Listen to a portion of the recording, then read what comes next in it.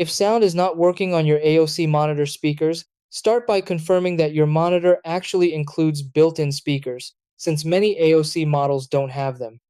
Check the monitor specifications or look for speaker openings on the frame.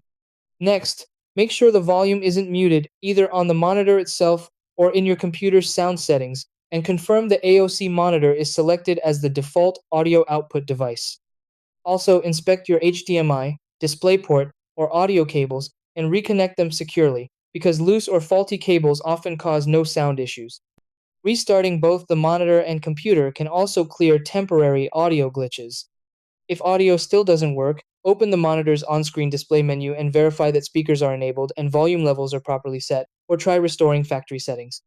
Testing the monitor with another device helps determine whether the issue comes from the computer or the monitor. When problems continue, update your audio drivers through Device Manager and check the AOC support website for firmware updates. You can also power reset the monitor by unplugging it and holding the power button for about 30 seconds before reconnecting it.